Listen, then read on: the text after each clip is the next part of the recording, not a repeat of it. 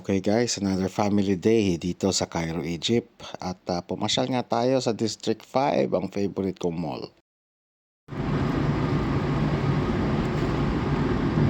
Say hi! Hi! So napansin niyo wala si Mrs. diba? Rumaraket kasi siya habang ako naman ang taya sa pag-aalaga nitong mga unggoy na to. Well, nabanggit ko nga favorite ko yung mall na to mga lods. Bakit?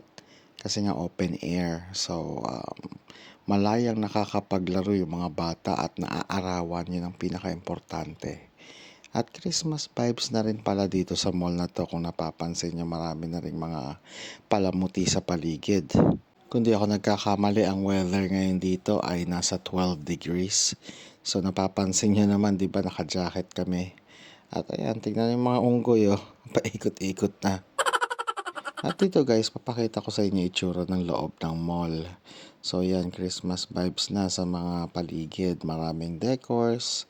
At sa second floor, nandyan yung parang food court nila. So mamili na lang kayo kung nagugutom na yung mga kids.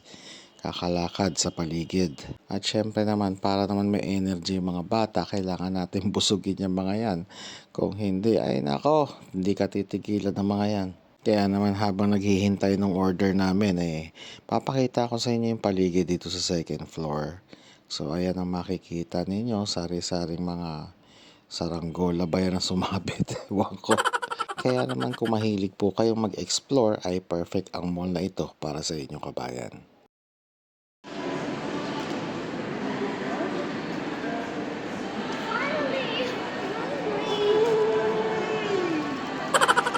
Alabina. Napakalaki ng mall na to mga lods. Hindi pa namin na-explore lahat. Kung napapansin nyo sa mga recent videos namin, palagi lang kami nandito. Kasi nandito pa lang yung mga basic cinema, favorite namin restaurant, tsaka yung mall. Actually, yung buong mall hindi pa namin naiikot to be honest. So, ang plano talaga today is manonood kami ng sine ni Mrs.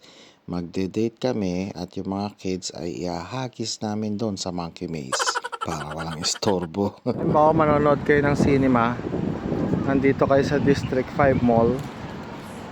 Pwede kayo tumambay dito. Nakaka-relax talaga yung place. Ayan, D5 Mall means District 5 Mall. At doon, merong tinatawag na Monkey Maze kung saan pwede ninyong iwan yung mga kiddos ninyo para hindi naman maistorbo yung date ninyo ni Mrs. At yun ang ginagawa namin ngayon actually. Manonood kami ng Avatar.